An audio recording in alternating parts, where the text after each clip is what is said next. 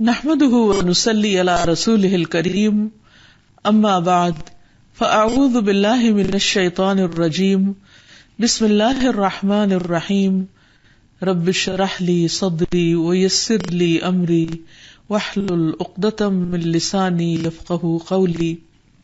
ناظرین، پروگرام اللہ کے خوبصورت نام کے ساتھ آپ کی خدمت میں حاضر ہے۔ آج ہم انشاءاللہ اللہ سبحانہ وتعالی کے نام الوارث پر بات کریں گے۔ الوارث کا معنی ہے حقیقی وارث، ہمیشہ باقی رہنے والا، سب کے فنا ہونے کے بعد باقی رہنے والا، سب کے بعد موجود رہنے والا۔ حقیقت یہ ہے کہ اس کائنات میں جتنی بھی چیزیں ہیں سب ختم ہونے والی ہیں۔ اس حقیقت کا ذکر قرآن مجید میں اس طرح کیا گیا ہے کہ کل من علیہا فان وَيَبْقَى وَجْهُ رَبِّكَ ذُو الْجَلَالِ وَالْإِكْرَامِ۔ کل من علیہا فان، جو بھی اس میں ہے سب فنا ہونے والا ہے، سب ختم ہونے والا ہے۔ یعنی آج انسانوں کی ملکیت میں جو بھی کوئی چیز ہے وہ ساری کی ساری ایک دن ختم ہو جائے گی، اور باقی کیا رہے گا؟ وَيَبْقَى وَجْهُ رَبِّكَ، باقی رہے گا تیرے رب کا چہرہ، ذُو الْجَلَالِ وَالْإِكْرَامِ، جو جلال اور اکرام والا ہے۔ حقیقت یہ ہے کہ اللہ سبحانہ وتعالی ازل سے ہے ابد تک، نہ اس سے پہلے کوئی ہے نہ اس کے بعد کوئی اور، وہی حقیقی آقا ہے، اور سب چیزوں کا پیدا کرنے والا بھی وہی، اور پیدا کرنے کے بعد انہیں انسانوں کی ملکیت میں دینے والا بھی وہی۔ لیکن یہ ملکیت بہت عارضی ہے، بہت تھوڑی ہے۔ ایک انسان جب دنیا میں آتا ہے تو خالی ہاتھ آتا ہے،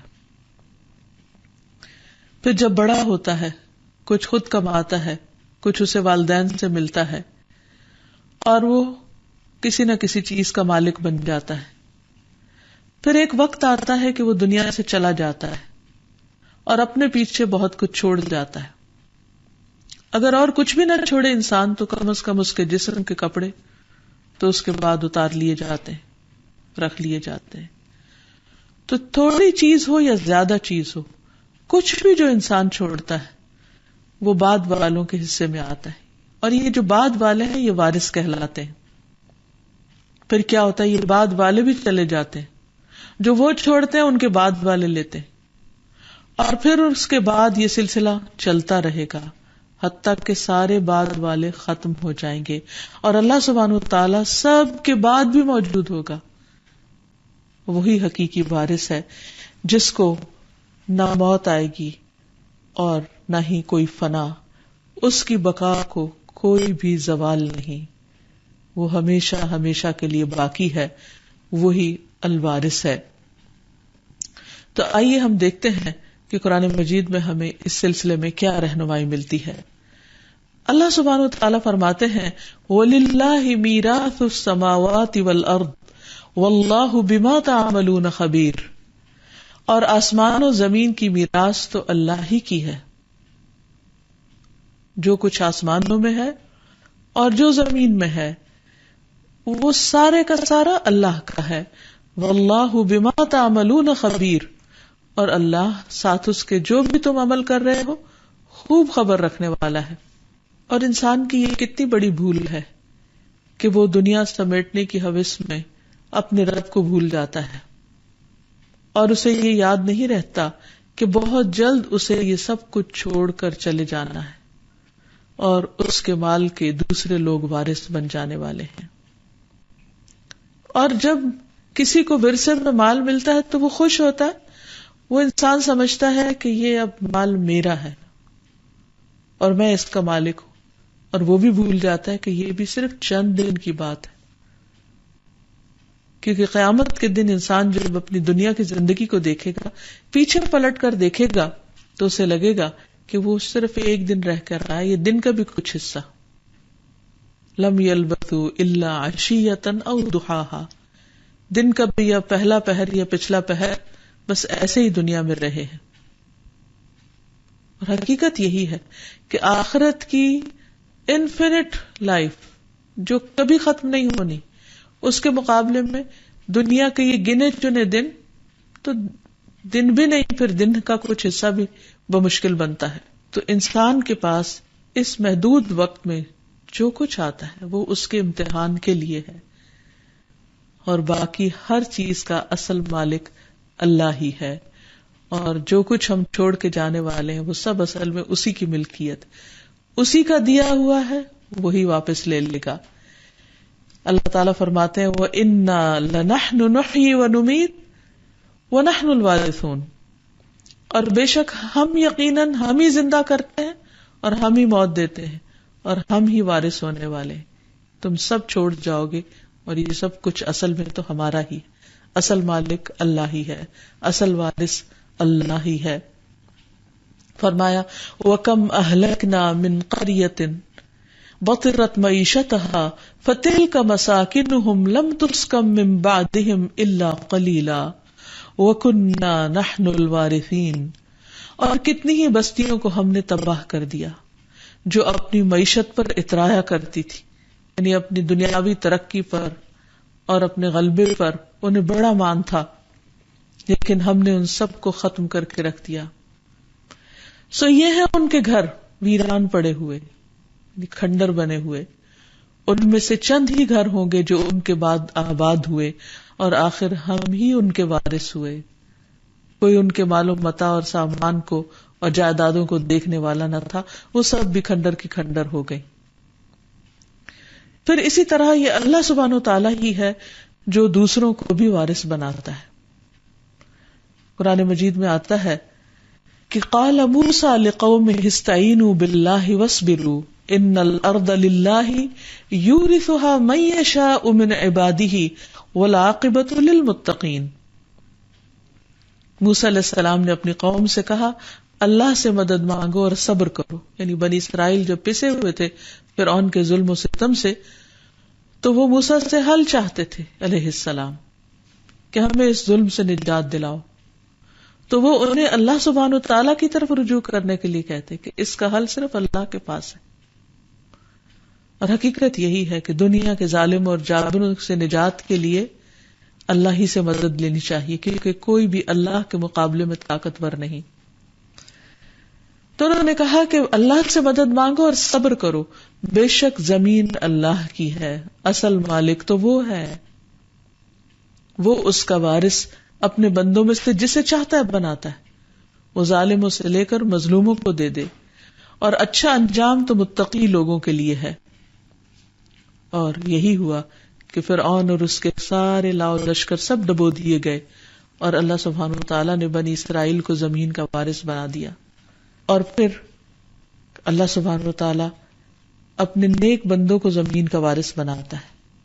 اس سلسلے میں اللہ تعالیٰ نے زبور میں وعدہ کیا وَلَقَدْ كَتَبْنَا فِي الزَّبُورِ مِن بَعْدِ الذِّكْرِ أَنَّ الْأَرْضَ يَرِثُهَا عِبَادِيَ الصَّالِحُونَ، اور بلا شبہ یقیناً ہم نے زبور میں نصیحت کے بعد لکھ دیا کہ بے شک یہ زمین اس کے وارث میرے صالح بندے ہوں گے. یعنی اللہ تعالیٰ ان کو بھی زمین میں کام کرنے کا موقع عطا فرمائے گا. اور یہ دراصل اس خیال کا یا اس سوال کا بھی جواب ہے کہ اگر کوئی شخص اللہ تعالیٰ کی عبادت کرتا ہے یا دین کی طرف آتا ہے تو کیا دنیا اس سے چھن جاتی ہے یا دنیا کی کسی بھی چیز میں اس کا کوئی حصہ نہیں رہتا؟ تو اللہ سبحانہ وتعالیٰ نے دنیا میں جو بھی نعمتیں بنائی ہیں وہ دراصل اس کے فرما بردار بندوں ہی کے لیے، لیکن ظلم کے ساتھ جب دوسرے ان پر قبضہ کر لیتے ہیں اور وقتی طور پر صالح لوگوں کو محروم کر دیتے ہیں تو اس کا یہ مطلب نہیں کہ ان کا اس دنیا میں یا دنیا کی نعمتوں میں کوئی حصہ نہیں، وہ ہے، لیکن ہر ایک کے لیے ایک محدود ہی حصہ ہے. حقیقت یہ ہے کہ انسان کو اس زمین پر جو کچھ بھی ملا ہے وہ سب اس کے امتحان کے لیے. اللہ تعالیٰ فرماتے ہیں اِنَّا جَعَلْنَا مَا عَلَى الْأَرْضِ زِينَةً لَهَا لِنَبْلُوَهُمْ أَيُّهُمْ أَحْسَنُ عَمَلًا، کہ ہم نے زمین پر جو کچھ بھی بنایا اس کی زینت کے لیے بنایا. یعنی یہ سب کچھ خوبصورتی جو زمین کو دی، اس پہ پہاڑ اور دریا اور سبزہ اور پھول اور پھل اور انسان اور پرند چرند حیوانات، طرح طرح کی خوبصورت چیزیں جو زمین پر بنائی، یہ اٹریکشن کے سارے سامان یہ بطور زینت کے بنائے. کیوں بنائے؟ لنبلوہم، تاکہ ہم ان انسانوں کو آزما کر دیکھیں. کس چیز میں؟ ایہم احسن عملا، کہ ان میں اچھے عمل کون کرتا ہے. تو گویا حقیقت میں یہ ساری چیزیں دراصل انسان کا امتحان ہے. تو اچھے لوگوں کو بھی زمین کی نعمتوں میں سے حصہ ملتا ہے اور برے لوگوں کو بھی. اور پھر بسا اوقات جب برائی حد سے بڑھ جاتی ہے تو اللہ سبحانہ وتعالی ظالم بندوں سے نعمتیں چھین کر نیک بندوں کے حوالے کر دیتا ہے، اور وہ نعمتیں ان کے لیے بھی ایک امتحان ہوتی ہیں کہ اب وہ ان نعمتوں کو پا کر کیا کرتے ہیں. اسی لیے اللہ کے صالح بندے ہمیشہ کسی بھی نعمت اور کسی بھی اچھی چیز کے ملنے پر فکر مند ہو جاتے ہیں کہ کہیں اللہ سبحانہ وتعالیٰ ہمارا اس کے ذریعے امتحان تو نہیں لے رہا. اور امتحان کیا ہے؟ کہ انسان اس نعمت کو کس راہ میں استعمال کرتا ہے. کیا اس سے مزید اللہ تعالیٰ کی فرما برداری کے کام کرتا ہے، یا اللہ کو بھول کر اس سے منہ موڑ کر صرف اس وقتی فائدے کے پیچھے پڑ جاتا ہے. تو اللہ تعالیٰ فرماتے ہیں فَأَخْرَجْنَاهُمْ مِنْ جَنَّاتٍ وَعُيُونٍ، اس طرح ہم نے فرعونیوں کو ان کے باغات اور چشموں سے، وَكُنُوزٍ وَمَقَامٍ كَرِيمٍ، اور خزانوں اور بہترین قیام گاہوں سے نکال لیا، یعنی سب نعمتیں ان سے لے لی. كَذَلِكَ وَأَوْرَثْنَاهَا بَنِي إِسْرَائِيل، اور ہم نے ان کا وارث بنی اسرائیل کو بنا دیا. ایک اور جگہ پر فرمایا کم ترکوا من جنات وعیون وزروع ومقام کریم ونعمت كانوا فيها فاكهين كذلك وأورثناها قوما آخرين فما بكت عليهم السماء والأرض وما كانوا منظرين. وہ کتنے ہی باغ اور چشمے چھوڑ گئے جن کو انہوں نے مینٹین کیا ہوا تھا اور جن سے وہ دن رات فائدے اٹھا رہے تھے، اور کھیت اور عمدہ عمارتیں بھی، اور نعمت کے سامان بھی جن سے وہ مزے اڑاتے تھے. اسی طرح ہوا اور ہم نے ایک دوسری قوم کو ان کا وارث بنا دیا، یعنی وہ ساری نعمتیں اوروں کے کام آ گئیں. پھر نہ آسمان ان پر رویا اور نہ زمین، اور نہ ہی انہیں کچھ مہلت دی گئی. اللہ سبحانہ وتعالیٰ جب کسی قوم کو نعمتوں سے محروم کرنا چاہتا ہے تو کوئی اس کو روک نہیں سکتا. اس لیے کبھی بھی انسان کو یہ نہیں سمجھنا چاہیے کہ جو کچھ اس کو ملا ہے وہ اس کا حق تھا، یا اب وہ جو بھی اس کے ساتھ کرے وہ اس سے جانے والا نہیں. بسا اوقات انسان کے منہ سے نکلی ہوئی چند باتیں اس کو بڑی بڑی نعمتوں سے محروم کر دیتی ہیں، کیونکہ اللہ تعالیٰ کی ناراضگی کے کلمات ہوتے ہیں وہ. تو اس لیے ہمیشہ نعمت کے ہونے پر، ملنے پر، اور جس بھی چیز کا انسان مالک ہو، یاد رکھے انسان کہ یہ سب کچھ ایک دن اسے چھوڑ کر جانا ہے. اب جو ملا ہے یہ اس لیے ملا ہے کہ اللہ تعالیٰ دیکھ رہا ہے کہ اس میں وہ کرتا کیا ہے اور اس کا استعمال کیا ہے. پھر اسی طرح اللہ سبحانہ وتعالیٰ بعض اوقات کمزور لوگوں کو زمین کا وارث بنا دیتا ہے، جن کے بظاہر دنیا میں پنپنے کے کوئی آثار نظر نہیں آتے. فرمایا وَنُرِيدُ أَن نَّمُنَّ عَلَى الَّذِينَ اسْتُضْعِفُوا فِي الْأَرْضِ وَنَجْعَلَهُمْ أَئِمَّةً وَنَجْعَلَهُمُ الْوَارِثِينَ، اور ہم چاہتے تھے کہ ہم ان لوگوں پر احسان کریں جنہیں زمین میں نہایت کمزور کر دیا گیا، اور انہیں پیشوا بنائے اور انہی کو وارث بنائے. اور اللہ تعالیٰ اپنے فیصلوں کو جس طرح چاہے نافذ کر سکتا ہے. لوگوں کے لیے بظاہر مشکل لگتا ہے لیکن اللہ تعالیٰ کے لیے کچھ بھی مشکل نہیں. لیکن اس کے لیے کمزور لوگوں کو اللہ تعالیٰ کی اطاعت پر قائم رہنا چاہیے، اللہ سبحانہ و تعالیٰ کی رحمتوں پر امید رکھنی چاہیے، اور صبر کے ساتھ اللہ سبحانہ و تعالیٰ کے راستے پر چلتے رہنا چاہیے. اللہ تعالیٰ فرماتے ہیں وَأَوْرَثْنَا الْقَوْمَ الَّذِينَ كَانُوا يُسْتَضْعَفُونَ مَشَارِقَ الْأَرْضِ وَمَغَارِبَهَا الَّتِي بَارَكْنَا فِيهَا وَتَمَّتْ كَلِمَةُ رَبِّكَ الْحُسْنَى عَلَى بَنِي إِسْرَائِيلَ بِمَا صَبَرُوا وَدَمَّرْنَا مَا كَانَ يَصْنَعُ فِرْعَوْنُ وَقَوْمُهُ وَمَا كَانُوا يَعْرِشُونَ. اور ہم نے ان لوگوں کو جو کمزور سمجھے جاتے تھے اس سرزمین کے مشرقوں اور اس کے مغربوں کا وارث بنا دیا جس میں ہم نے برکت رکھی ہے، یعنی فلسطین کی زمین. اور تیرے رب کی بہترین بات بنی اسرائیل پر پوری ہو گئی اس وجہ سے کہ انہوں نے صبر کیا اور ہم نے برباد کر دیا جو کچھ فرعون اور اس کے لوگ بناتے تھے اور جو عمارتیں وہ بلند کرتے تھے. یعنی ان کا سارا کلچر ختم ہو کر رہ گیا، ان کی ساری ترقی رک گئی اور ان کا بنایا ہوا تباہ و برباد ہو گیا. پھر اسی طرح اللہ سبحانہ وتعالی جہاں لوگوں کو دنیاوی نعمتوں سے سرفراز کرتا ہے اور دنیاوی نعمتوں کا وارث بناتا ہے، یعنی دوسروں کی چھوڑی نعمتیں انہیں عطا کرتا ہے، اسی طرح اللہ تعالیٰ دین کے معاملے میں بھی لوگوں کو وارث بناتا ہے، اپنی کتاب کا وارث بناتا ہے. جس قوم کو چاہتا ہے عطا کرتا ہے اور جس قوم سے چاہتا ہے لے لیتا ہے اور اس سے رہنمائی لے کر دوسری قوم کی طرف منتقل کر دیتا ہے. جیسے اللہ سبحانہ وتعالیٰ نے بنی اسرائیل کو چنا اور انہیں اس نعمت سے نوازا، ان کے اندر کتابیں بھیجی، پیغمبر بھیجے، لیکن جب انہوں نے ان کا حق ادا نہیں کیا تو اللہ تعالیٰ نے ان سے یہ سب کچھ لے کر کسی اور کو ان نعمتوں کا وارث بنا دیا، یعنی امت محمد صلی اللہ علیہ وسلم کو. اور جہاں تک بنی اسرائیل کو وارث بنانے کا تعلق ہے تو فرمایا وَلَقَدْ آتَيْنَا مُوسَى الْهُدَى وَأَوْرَثْنَا بَنِي إِسْرَائِيلَ الْكِتَابَ هُدًى وَذِكْرًى لِأُولِي الْأَلْبَابِ، اور بلا شبہ یقیناً ہم نے موسیٰ کو ہدایت دی اور ہم نے بنی اسرائیل کو کتاب کا وارث بنایا جو عقلوں والوں کے لیے ہدایت اور نصیحت تھی. اور پھر اس کے بعد اللہ سبحانہ وتعالیٰ انہیں بار بار اس نعمت کی یاد دہانی بھی کراتے ہیں اور انہیں اپنی اصلاح کی طرف بھی متوجہ کرتے ہیں، کیونکہ نعمتیں اللہ کی اطاعت کے ساتھ باقی رہتی ہیں.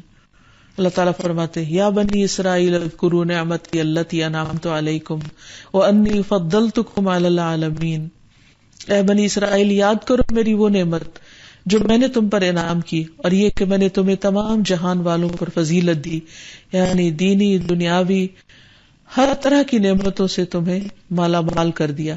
لیکن جب بنی اسرائیل نے اللہ تعالیٰ کی نافرمانیاں کی تو وہ نعمت ان سے چھین لی گئی اور دوسروں کو اس کا وارث بنا دیا گیا. اللہ تعالیٰ فرماتے ثم اورثنا الكتاب الذين اصطفينا من عبادنا فمنهم ظالم لنفسه ومنهم مقتصد ومنهم سابق بالخيرات بإذن الله ذلك هو الفضل الكبير. پھر ہم نے اس کتاب کے وارث اپنے وہ بندے بنائے جنہیں ہم نے چن لیا، پھر ان میں سے کوئی اپنے آپ پر ظلم کرنے والا ہے اور ان میں سے کوئی درمیانی راہ چلنے والا ہے اور ان میں سے کوئی نیکیوں میں آگے نکل جانے والا ہے اللہ کے حکم سے. یہی بہت بڑا فضل ہے. اور یہ وارث بنایا گیا تھا نبی صلی اللہ علیہ وسلم اور آپ کے ساتھیوں کو. ثم اورثنا الکتاب یعنی قرآن مجید کا وارث بنایا. قرآن مجید کی ہدایت امت محمد صلی اللہ علیہ وسلم کو دی گئی. وہ کون ہے؟ الذین اصطفینا من عبادنا، جنہیں ہم نے اپنے بندوں میں سے چن لیا تھا، یعنی پوری دنیا کی اقوام میں سے نسل اسماعیل سے محمد صلی اللہ علیہ وسلم کو چن لیا اس کام کے لیے. اور پھر آپ کی امت میں سے 3 طرح کے لوگ ہیں. پوری دنیا کی اقوام میں سے محمد صلی اللہ علیہ وسلم اور آپ کے ساتھیوں کو چن لیا گیا اور پھر ان کے بعد وہ ورثہ آگے منتقل ہوتا گیا. اب آپ کی امت کے لوگ 3 طرح کے ہیں. فرمایا فَمِنْهُمْ ظَالِمٌ لِّنَفْسِهِ، کچھ وہ ہیں کہ جو اپنی جان پہ ظلم کر رہے ہیں، یعنی نہ اس کتاب کا حق ادا کرتے ہیں، نہ اس کو پڑھتے ہیں، نہ سمجھتے ہیں، نہ اس کے مطابق عمل ہے. وَمِنْهُمْ مُقْتَصِد، اور بعض درمیانی راہ میں، نہ ادھر کے نہ ادھر کے. وَمِنْهُمْ سَابِقٌ بِالْخَيْرَاتِ بِإِذْنِ اللَّهِ، انہی کے اندر ایسے لوگ بھی موجود ہیں جو نیکیوں میں دوڑ لگانے والے ہیں. اور یہی دراصل اللہ کا بہت بڑا فضل ہے جو کسی کو عطا کرتا ہے. تو جب ایمان کی اور کتاب کی یہ وراثت ملے تو اس کی قدردانی کرتے ہوئے اللہ کے راستے پر دوڑنا چاہیے، جیسے اللہ تعالیٰ نے کچھ لوگوں کی تعریف یہاں بیان کی. ایسے ہی لوگوں کو اللہ تعالیٰ جنت کا وارث بنا دے گا، یعنی جو دنیا میں نبی صلی اللہ علیہ وسلم کی وراثت کا حق ادا کریں گے، اللہ تعالیٰ ان کو آخرت میں اپنی جنتوں کا وارث بنائے گا.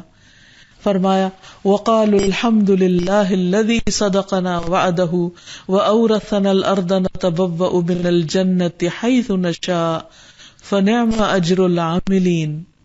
وہ کہیں گے اس اللہ کا شکر ہے جس نے ہمارے ساتھ اپنا وعدہ سچا کر دکھایا اور ہمیں اس سرزمین کا وارث بنا دیا کہ اس جنت میں ہم جہاں چاہیں رہیں. عمل کرنے والوں کے لیے یہ کیسا اچھا اجر ہے. اور جنت کا وارث یعنی اب ہمیشہ ہمیشہ کے لیے وہ ان کی ہو گئی. اصل میں اللہ سبحانہ تعالیٰ نے ہر انسان کے لیے کچھ زمین جنت میں رکھی ہے اور کچھ جہنم میں. یعنی تمام انسانوں کے لیے جنت کا حصہ رکھا ہے، لیکن کچھ لوگ جنت کے لیے کچھ بھی کام نہیں کرتے، ایمان بھی نہیں لاتے، کوئی عمل صالح بھی نہیں کرتے، تو قیامت کے دن ان کے حصے کو بھی صالح لوگوں کے حوالے کر دیا جائے گا اور وہ جہنم میں چلے جائیں گے جو بدکار لوگ ہوں گے، اور بدکاروں کا وہ حصہ جو جنت میں تھا وہ نیک لوگوں کو دے دیا جائے گا، اور اس طرح وہ اس حصے کے بھی وارث بن جائیں گے. پھر اسی طرح اللہ تعالیٰ نیک عمل کرنے والوں کو کس طرح جنت کا وارث بنائے گا، اس کی تفصیل سورۃ الاعراف میں آتی ہے. وَنَزَعْنَا مَا فِي صُدُورِهِم مِّن غِلٍّ تَجْرِي مِن تَحْتِهِمُ الْأَنْهَارُ وَقَالُوا الْحَمْدُ لِلَّهِ الَّذِي هَدَانَا لِهَذَا وَمَا كُنَّا لِنَهْتَدِيَ لَوْلَا أَنْ هَدَانَا اللَّهُ لَقَدْ جَاءَتْ رُسُلُ رَبِّنَا بِالْحَقِّ وَنُودُوا أَن تِلْكُمُ الْجَنَّةُ أُورِثْتُمُوهَا بِمَا كُنتُمْ تَعْمَلُونَ. اور ان کے سینوں میں جو بھی کینہ ہوگا ہم نکال دیں گے، یعنی جنت میں جانے سے پہلے اندر بالکل صاف کر دیے جائیں گے. ان کے نیچے سے نہریں بہتی ہوں گی اور وہ کہیں گے کہ سب تعریف اللہ کی ہے جس نے ہمیں اس کی ہدایت دی، اور اگر اللہ ہمیں یہ راہ نہ دکھاتا تو ہم کبھی یہ راہ نہ پا سکتے تھے. بلا شبہ یقیناً ہمارے رب کے رسول حق لے کر آئے، اور آواز دی جائے گی ان کو کہ یہی وہ جنت ہے جس کے وارث تم اس کی وجہ سے بنائے گئے جو تم کیا کرتے تھے. یعنی تمہارے اعمال کی بدولت آج تمہیں یہ عطا کر دی جاتی ہے اور کوئی تمہیں اس سے بے دخل کرنے والا نہیں. اب یہ تمہارے اختیار میں ہے، جہاں چاہو رہو، جیسے چاہو رہو. ایک اور جگہ پر بھی فرمایا کہ متقین کو جنت کا وارث بنانے والا ہے. جنات عدن التي وعد الرحمن عباده بالغیب انه كان وعده مأتیا لا يسمعون فيها لغوا الا سلاما ولهم رزقهم فيها بكرة وعشيا تلك الجنة التي نورث من عبادنا من كان تقيا. ہمیشگی کے باغات ہیں جن کا رحمان نے اپنے بندوں سے بن دیکھے وعدہ کیا ہے. بلا شبہ حقیقت یہ ہے کہ اس کا وعدہ ہمیشہ سے پورا ہو کر رہنے والا ہے. وہاں اس جنت میں وہ کوئی لغو بات نہ سنیں گے مگر سلام، اور ان کے لیے اس میں ان کا رزق صبح و شام ہوگا. یہ ہے وہ جنت جس کا وارث ہم اپنے بندوں میں سے اسے بناتے ہیں جو متقی ہو. اور حقیقت یہ ہے کہ جنتی جنت میں جہاں چاہیں گے گھر بنائیں گے، اور اس وقت وہ اللہ کا شکر ادا کریں گے اور کہیں گے قالوا الحمد للہ الذی صدقنا وعدہ وأورثنا الارض نتبوأ من الجنة حیث نشاء فنعم اجر العاملین. وہ کہیں گے سب تعریف اللہ کے لیے ہے جس نے ہم سے اپنا وعدہ سچا کیا، اس زمین کا وارث بنا دیا کہ ہم جنت میں جہاں چاہیں جگہ بنا لیں. سو عمل کرنے والوں کا یہ اجر بہت اچھا ہے، بہت ہی بہترین ہے. حقیقت یہ ہے کہ جنت ان لوگوں کی منتظر ہے جو دنیا میں اللہ کی اطاعت کرتے ہیں، اللہ کو راضی کرتے ہیں، اور جنت میں داخلے سے پہلے ہی وہاں ان کا مقام متعین ہے. اور وہ جب جنت میں داخل ہوں گے تو اپنے اس گھر کو ایسے پہچانیں گے جیسے دنیا میں وہ اپنے گھر کو پہچانتے ہیں. پھر اسی طرح جب انسان اللہ تعالیٰ کی اس صفت کو جان لے کہ اصل وارث اللہ ہے اور وہی دنیا اور آخرت میں لوگوں کو نعمتوں کا وارث بنانے والا ہے، تو پھر اس کے بعد انسان کی عملی زندگی میں تبدیلی آنی چاہیے. سب سے پہلی بات تو یہ کہ انسان اللہ کا بندہ بن کر رہے، کسی حال میں بھی اللہ تعالیٰ کو ناراض نہ کرے، کسی نیکی پر بھی پھول نہ جائے، اور ہمیشہ اللہ تعالیٰ کا شکر گزار رہے. اور پھر چونکہ زمین کی کوئی بھی چیز ہمیشہ کے لیے انسان کی نہیں، وہ تو جنت ہے جہاں خلود ہے، جہاں ہمیشہ ہمیشہ کی زندگی ہے. جہاں تک دنیا کا تعلق ہے تو یہ تو سب وقتی نعمتیں ہیں. کسی کے پاس قارون کا خزانہ بھی ہے تو وہ بھی صرف چند دن کے لیے ہے، ہمیشہ کچھ بھی باقی نہیں رہے گا. ہاں اس صورت میں وہ ہمیشہ ہو سکتا ہے جب وہ ان سب چیزوں سے اپنی آخرت خرید لے اور اسے اپنے آخرت کے بینک میں جمع کروائے.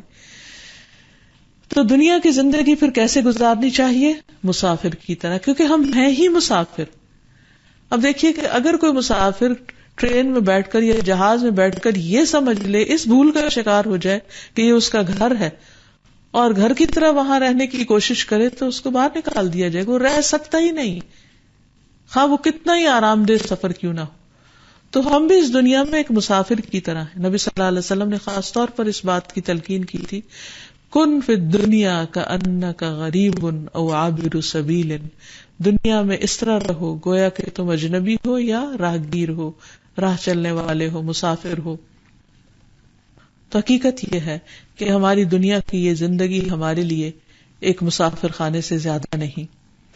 نبی صلی اللہ علیہ وسلم نے فرمایا، تمہارے لیے دنیا سے اتنا کافی ہے جتنا کہ مسافر کا ذات راہ ہوتا ہے، یعنی اس کی ضرورت کا سامان. اور کوئی بھی عقل مند انسان دنیا کو اپنی مستقل رہائش گاہ نہیں بنا سکتا، اور کوئی بھی عقل مند انسان دنیا کو اپنی مستقل رہائش گاہ نہیں بنا سکتا. عبداللہ بن عمر فرماتے ہیں کہ ایک مرتبہ نبی صلی اللہ علیہ وسلم بوریے پر سو کر اٹھے تو آپ کے جسم مبارک پر چٹائی کے نشانات تھے. صحابہ نے عرض کیا، یا رسول اللہ صلی اللہ علیہ وسلم، ہمیں اجازت دیجیے کہ آپ کے لیے ایک بچھونا بنا دے. آپ نے فرمایا، مجھے دنیا سے کیا کام، میں تو دنیا میں اس طرح ہوں جیسے کوئی سوار کسی درخت کے نیچے سائے کی وجہ سے بیٹھ گیا، پھر وہاں سے روانہ ہو گیا اور درخت کو چھوڑ دیا. یعنی میں تو جلد اس دنیا کو چھوڑ کر جانے والا ہوں، اس لیے دنیا کے سامان کس لیے اکٹھے کرنا. یہ بات اس قدر سچی ہے کہ ہم دیکھتے ہیں کہ نبی صلی اللہ علیہ وسلم کی جب وفات ہوئی تو اس وقت آپ نے نہ کوئی دینار چھوڑا، نہ درہم، نہ غلام، نہ لونڈی، نہ کوئی اور چیز. البتہ آپ کا ایک خچر تھا، آپ کے کچھ ہتھیار تھے، آپ کی کچھ زمین تھی، اس کو بھی آپ نے اللہ کے راستے میں صدقہ کر دیا تھا. لیکن آپ نے جو وراثت چھوڑی وہ علم کی وراثت تھی، دین کی وراثت تھی. اس دنیا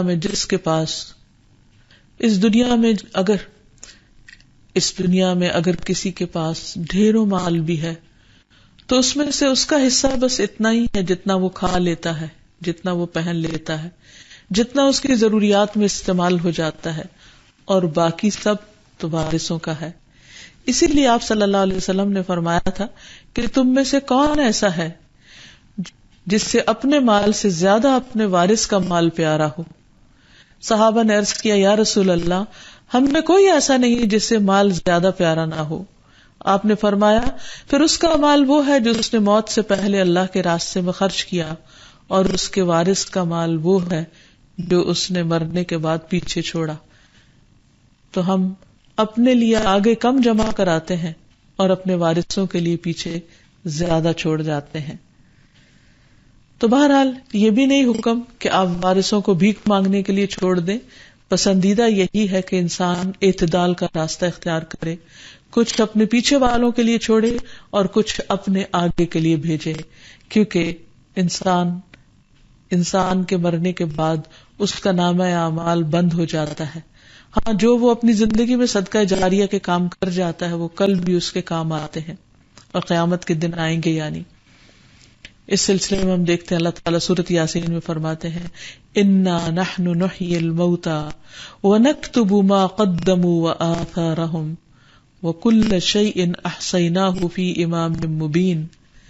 انا نحن نحیی الموتى، بے شک ہم مردوں کو زندہ کریں گے، ونکتب، اور ہم لکھ رہے ہیں، ما قدموا، جو وہ آگے بھیج رہے ہیں. یعنی آج مال میں سے، اچھے اعمال میں سے جو کچھ وہ اگلے کل کے لیے جمع کرا رہے ہیں وہ بھی ہم سب لکھ رہے ہیں. آج آپ دیکھیں کہ دنیا کے فائنینشیل سسٹمز کتنے زیادہ اسٹیبلشڈ ہیں، اور مال کی ٹرانزیکشنز، روپے پیسے کا لین دین، ان سب کی لکھت پڑھت کتنی باریکی کے ساتھ ہوتی. اللہ سبحانہ و تعالیٰ کے ہاں اس سے بھی زیادہ باریکی کے ساتھ سب کچھ لکھا جا رہا ہے کہ کس نے کون سا مال، کس نیت، کس جذبے اور کس حالت میں خرچ کیا، کیسے خرچ کیا، اس کو کس کام میں خرچ کیا، ما قدموا، اپنے آگے کے لیے کیا بھیجا، وآثارہم، اور ان کے آثار بھی ہم لکھ رہے ہیں کہ بعد کے لیے کیا چھوڑا، وَكُلَّ شَيْءٍ، اور ہر چیز، احصیناہ، ہم نے گن گن کے لکھ رکھا ہے اس کو، فی امام مبین، ایک کھلی کتاب میں. تو اللہ کے ہاں پورا ریکارڈ مینٹین کیا جا رہا ہے جو کل قیامت کے دن انسان کے ہاتھ میں دے دیا جائے گا کہ اقرأ کتابک، پڑھو اپنی کتاب، کفا بنفسک اليوم علیک حسیبا، آج اپنا حساب لینے کے لیے تم خود ہی کافی ہو. تو انسان جو کچھ اپنے پیچھے چھوڑتا ہے اور جو آگے بھیجتا ہے وہ سب اس کو بتا دیا جائے گا. تو یہاں اللہ تعالیٰ کے اس صفت کو جاننے کے بعد انسان کو جو مال وہ چھوڑ رہا ہے اس مال کو یعنی اپنے ورثاء میں انصاف کے ساتھ تقسیم کرنے کا حکم دے، اور سارے وارثوں کو ان کا حق دیا جانا چاہیے. کسی کے ساتھ اگر کسی قسم کی کوئی ناراضگی ہے تو اس بنا پر اس کو حق سے محروم نہیں کرنا چاہیے. ابن عباس کہتے ہیں کہ نبی صلی اللہ علیہ وسلم نے فرمایا، اہل وراثت کو ان کے حصے دے دو، یعنی ہر ایک کو اس کا حق دو، خصوصاً خواتین کا حصہ ادا کرنا. رسول اللہ صلی اللہ علیہ وسلم نے فرمایا، اے اللہ، میں 2 ضعیفوں کا حق مارنا حرام کرتا ہوں، یتیم کا اور عورت کا، کیونکہ اس سوسائٹی میں بھی ان 2 پر بہت زیادتی ہوتی تھی، ان کا حق انہیں نہیں دیا جاتا، لوگ اسے غصب کر لیتے تھے، اور آج بھی یہ ظلم بہت ہوتا ہے، لہٰذا اس سے منع کیا گیا. پھر اسی طرح یہ کہ وراثت کے مال میں سے صدقہ خیرات بھی کرنا چاہیے، اور اگر نہیں ان کو کچھ دیا جا سکتا یتیموں مسکینوں وغیرہ کو تو اچھی بات ہی کر دینی چاہیے. پھر اسی طرح وراثت کے احکامات جو ہیں یہ حدود اللہ ہیں، ان کو پامال نہیں کرنا چاہیے، اور اس مال کو اپنا مال سمجھ کر اپنی مرضی سے وصیت نہیں کرنی چاہیے. اس مال کو اللہ سبحانہ و تعالیٰ کے بتائے ہوئے طریقے کے مطابق تقسیم کرنا چاہیے. اس سلسلے ہم دیکھتے ہیں کہ حضرت سعد کہتے ہیں کہ میں بیمار ہوا تو میں نے نبی صلی اللہ علیہ وسلم کے پاس پیغام بھیجا. میں نے عرض کیا کہ مجھے اپنے مال کے تقسیم کرنے کی اجازت دے دیں، یعنی جیسے میں چاہوں تقسیم کر دوں. آپ نے انکار فرما دیا. میں نے نصف کے لیے عرض کیا، یعنی پہلے میں نے چاہا کہ میں اپنا پورا مال جہاں چاہوں وہ دے دوں، تو آپ نے کہا نہیں. میں نے کہا کہ میں آدھا دے دوں، تو آپ نے فرمایا نہیں. میں نے کہا 1/3، تو اس کے بعد آپ خاموش رہے، اور اس طرح 1/3 کی وصیت کرنا جائز ہو گئی، یعنی مرنے کے بعد. اسی طرح وارث اگرچہ غنی ہو، امیر ہو، لیکن پھر بھی کوئی ایسی وصیت نہیں کرنی چاہیے کہ جس سے ان کا حق مارا جائے. سعد بن مالک روایت کرتے ہیں کہ رسول اللہ صلی اللہ علیہ وسلم میری بیمار پرسی میں مجھے پوچھنے کے لیے تشریف لائے. میں بیمار تھا. آپ نے فرمایا، کیا تم نے وصیت کر دی ہے؟ میں نے عرض کیا ہاں. فرمایا کتنے مال کی؟ میں نے کہا اللہ کی راہ میں پورے مال کی. فرمایا اپنی اولاد کے لیے کیا چھوڑا؟ میں نے عرض کیا وہ سب مالدار ہیں، ان کو کچھ دینے کی ضرورت نہیں. آپ نے فرمایا 1/3 مال کی وصیت کرو، اور 1/3 بھی بہت ہے، یعنی چاہے وہ مالدار ہو پھر بھی تم ان کو محروم مت کرو. آپ صلی اللہ علیہ وسلم نے وارث کو محروم کرنے والے کا جنازہ نہ پڑھنے کا ارادہ کر لیا ایک موقع پر، اور ایسے شخص کو مسلمانوں کے قبرستان میں دفن نہ کرنے کا ارادہ کیا، یعنی اتنی سخت ناراضگی کا اظہار کیا. پھر اسی طرح یہ ہے کہ مال کے علاوہ علم کی وراثت، یہ بھی بڑی قیمتی وراثت ہے. مال تو انسان کسی کو اپنے ہاتھ سے دے سکتا ہے، لیکن علم سکھا کے ہی دیا جا سکتا ہے. انبیاء علم کے وارث ہوتے ہیں. انبیاء درہم و دینار نہیں چھوڑتے، ان کے وارث علماء ہوتے ہیں. اور اس میں ہم دیکھتے ہیں کہ رسول اللہ صلی اللہ علیہ وسلم کی بہت واضح ہدایت ہے کہ علماء انبیاء کے وارث ہیں. بے شک انبیاء کی وراثت درہم و دینار نہیں ہوتی، بلکہ ان کی میراث علم ہے. بس جس نے اسے حاصل کیا اس نے انبیاء کی وراثت میں سے بہت سا حصہ حاصل کر لیا، یعنی بہت بڑا فیض حاصل کیا۔ ابو ہریرہ سے روایت ہے کہ رسول اللہ صلی اللہ علیہ وسلم نے فرمایا جب انسان فوت ہو جاتا ہے تو اس کے تمام اعمال منقطع ہو جاتے ہیں 3 چیزوں کے سوا: صدقہ جاریہ یا ایسا علم جو نفع مند ہو، یا نیک اولاد جو اس کے لیے دعا کرے۔ اگر دیکھا جائے تو ہمارے نبی محمد صلی اللہ علیہ وسلم کی وراثت بھی علم ہے۔ اس سلسلے میں ایک بڑی خوبصورت حدیث ملتی ہے۔ ابو ہریرہ سے روایت ہے کہ وہ مدینہ کے ایک بازار سے گزرے اور وہاں کھڑے ہو کر کہا، اے بازار والو، تمہیں کس چیز نے عاجز کر دیا؟ انہوں نے کہا، ابو ہریرہ کیا بات ہے؟ کہا کہ وہاں رسول اللہ صلی اللہ علیہ وسلم کی میراث تقسیم ہو رہی ہے اور تم سب یہاں بیٹھے ہو، وہاں جا کر اپنا حصہ کیوں نہیں لیتے؟ انہوں نے کہا، کہاں؟ کہا مسجد میں۔ وہ دوڑتے ہوئے گئے۔ ابو ہریرہ نے وہیں ٹھہر کر ان کے آنے کا انتظار کیا، یہاں تک کہ جب وہ آئے تو ان سے پوچھا کہ تمہیں کیا ہوا؟ انہوں نے کہا، ابو ہریرہ ہم مسجد میں گئے تھے، ہم نے تو وہاں کچھ بھی تقسیم ہوتے نہیں دیکھا۔ ابو ہریرہ نے ان سے کہا، پھر تم نے مسجد میں کچھ دیکھا بھی ہے؟ کیا ہو رہا تھا وہاں؟ انہوں نے کہا، ہاں وہاں ہم نے دیکھا کہ کچھ لوگ نماز پڑھ رہے ہیں اور کچھ قرآن پڑھ رہے ہیں اور کچھ لوگ حلال و حرام کا ذکر کر رہے ہیں۔ ابو ہریرہ نے کہا، تمہاری خرابی ہو، یہی تو محمد صلی اللہ علیہ وسلم کی میراث ہے، یعنی آپ کی وراثت مال نہیں تھا، آپ کی وراثت علم ہے، اور جو لوگ مسجد میں بیٹھ کر اس علم کو حاصل کر رہے ہیں وہ دراصل نبی صلی اللہ علیہ وسلم کی میراث حاصل کر رہے ہیں۔ اب دیکھیے کہ دنیا کی وراثت حاصل کرنے کے لیے خون کے رشتے ایک دوسرے سے کٹ جاتے ہیں، ایک دوسرے سے ناراضگیاں پڑ جاتی ہیں اور ایک دوسرے کو نیچا دکھایا جاتا ہے، اور جہاں تک محمد صلی اللہ علیہ وسلم کی وراثت کو حاصل کرنے کا تعلق ہے تو کتنے لوگ سنجیدگی کے ساتھ آپ کا چھوڑا ہوا علم سیکھنے کا شوق رکھتے ہیں۔ پھر اسی طرح انسان کو جنت کا وارث بننے کا شوق ہونا چاہیے، اس کے لیے عمل بھی کرنے چاہیے اور دعا بھی کرنی چاہیے، کیونکہ اللہ تعالیٰ فرماتے ہیں، تلک الجنت التی نورث من عبادنا من کان تقیا، کہ ہم اپنی اس جنت کا وارث اس کو بنائیں گے جو ہمارے بندوں میں سے متقی ہوگا، اس لیے ہمیں تقوی اختیار کرنا چاہیے۔ اسی طرح ایک اور جگہ پر فرمایا، اولئک هم الوارثون الذین یرثون الفردوس هم فیہا خالدون، یہی لوگ جنت کے وارث ہیں جو فردوس میں ہوں گے اور وہ اس میں ہمیشہ ہمیشہ رہیں گے، اور ان کے بھی اپنے کچھ ٹریٹس ہیں، عادات ہیں، اخلاق ہیں کہ جن کو اختیار کرنا ضروری ہے۔ پھر اسی طرح تقوی اور اخلاق اور بڑے بڑے اعمال تو اپنی جگہ، لیکن اس جنت کی وراثت کو حاصل کرنے کے لیے کچھ ایسے کام بھی ہیں جن کی پابندی ضروری ہے۔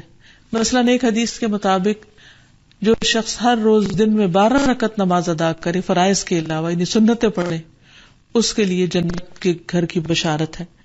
پھر اللہ تعالیٰ کی خاطر کسی سے ملاقات کرنے کے لیے جانا، جبکہ دنیا کا اور کوئی لالچ نہ ہو، صرف اور صرف اللہ کی محبت میں، تو ایسے شخص کے لیے فرشتہ اعلان کرتا ہے کہ تم بھی پاک ہو، تمہارا چلنا بھی پاک ہے اور تم نے جنت میں گھر بنا لیا۔ پھر اسی طرح مسجد تعمیر کرنا، جو شخص اللہ کے لیے مسجد بناتا ہے اللہ سبحانہ وتعالیٰ اس کے لیے اس سے بہتر گھر تعمیر کر دیتے ہیں۔ پھر اسی طرح لوگوں کو کھانا کھلانے پر جنت کے اندر اور باہر سے نظر آنے والے شیشے کے محلات ہیں۔ پھر اسی طرح اللہ کی تعریف اور صبر کرنے والوں کے لیے بیت الحمد ہے کہ جن کے بچے فوت ہو جائیں اور وہ پھر بھی اللہ کا شکر ادا کریں۔ پھر اسی طرح اللہ کی خاطر جھگڑا چھوڑ دینے والوں کے لیے جنت میں گھر کی بشارت ہے۔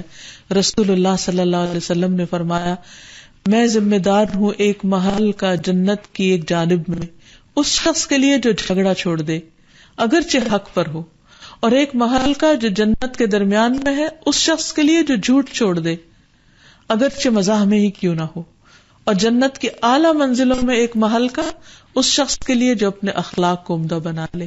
تو یہ کرنے کے کام ایسے ہیں جو انسان کو جنت کی راہ دکھاتے ہیں۔ پھر اسی طرح جو شخص علم کے راستے پر چلتا ہے، من سلک طریقا یلتمس فیہ علما سہل اللہ لہ طریقا الی الجنہ، جو ایسے راستے پہ چلا جس سے علم حاصل کیا جائے تو اللہ تعالیٰ اس کے لیے جنت کا راستہ آسان کر دیتے ہیں۔ پھر اسی طرح اللہ تعالیٰ کا ذکر کرنا، تسبیحات کی کثرت، فرمایا جو شخص سبحان اللہ العظیم و بحمدہ کہتا ہے جنت میں اس کے لیے کھجور کا درخت لگا دیا جاتا ہے. پھر اسی طرح لا حول ولا قوت الا باللہ کو جنت کا خزانہ بتایا گیا. اس میں ہم دیکھتے ہیں کہ حضرت زکریا علیہ السلام کی ایک بہت خوبصورت دعا ہے کہ جب وہ بڑھاپے کی عمر کو پہنچ گئے اور ان کی اولاد نہیں تھی تو وہ چاہتے تھے کہ دین کے اس کام میں جو انہوں نے کیا ہے ان کا کوئی وارث ہو. تو انہوں نے بہت خوبصورت دعا کی رب لا تذرنی فردا وانت خیر الوارثین، اے میرے رب تو مجھے تنہا نہ چھوڑنا اور تو بہترین وارث ہے. پھر اسی طرح نعمت والی جنت کا وارث بننے کی دعا کرنی چاہیے. رب هب لی حکما والحقنی بالصالحین واجعل لی لسان صدق فی الآخرین واجعلنی من ورثۃ جنت النعیم. اے میرے رب مجھے حکم عطا کر اور مجھے نیک لوگوں کے ساتھ ملا اور پیچھے آنے والوں میں میرے لیے سچی ناموری رکھ اور مجھے نعمت کی جنت کے وارثوں میں سے بنا. پھر اسی طرح اپنی سماعت اور بصارت اور قوت کو وارث بنانے کی دعا سکھائی گئی. ابو ہریرہ رضی اللہ عنہ سے روایت ہے کہ رسول اللہ صلی اللہ علیہ وسلم یہ دعا مانگتے تھے اللہم متعنی بسمعی وبصری واجعلہم الوارث منی وانصرنی علی من یظلمنی وخذ منہ بثأری. اے اللہ مجھے میری سماعت اور بصارت سے فائدہ پہنچا اور انہیں میرا وارث کر دے، یعنی میری زندگی تک باقی رکھ، اور مجھ پر جو ظلم کرے اس کے خلاف میری مدد فرما اور اس سے میرا بدلہ لے. اسی طرح حضرت جابر بن عبداللہ کہتے ہیں کہ رسول اللہ صلی اللہ علیہ وسلم یہ دعا مانگا کرتے تھے اللہم اصلح لی سمعی و بصری واجعلہم الوارثین منی وانصرنی علی من ظلمنی وارنی منہ ثأری.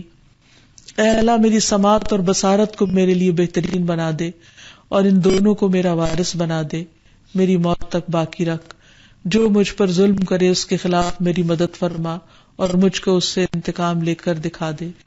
تو اللہ تعالیٰ سے دعا ہے کہ ہم نے جو بھی اللہ تعالیٰ کے نام پڑھے ہیں ہمیں ان کی صحیح معرفت عطا فرمائے اور ہمارے دلوں میں اپنی محبت پیدا کر دے اور ہمیں ان بہترین صفات سے متصف فرما دے کہ جس سے وہ محبت کرتا ہے، اور اللہ تعالیٰ ہمیں مرتے دم تک ایمان پر قائم رکھے اور ایمان پر ہی ہماری موت ہو اور اسی ایمان کے ساتھ ہم اٹھائے جائیں، اور اللہ تعالیٰ ہم سب کو اپنا دیدار نصیب فرمائے. وآخر دعوانا ان الحمد للہ رب العالمین. سبحانک اللہم وبحمدک اشہد ان لا الہ الا انت استغفرک واتوب الیک.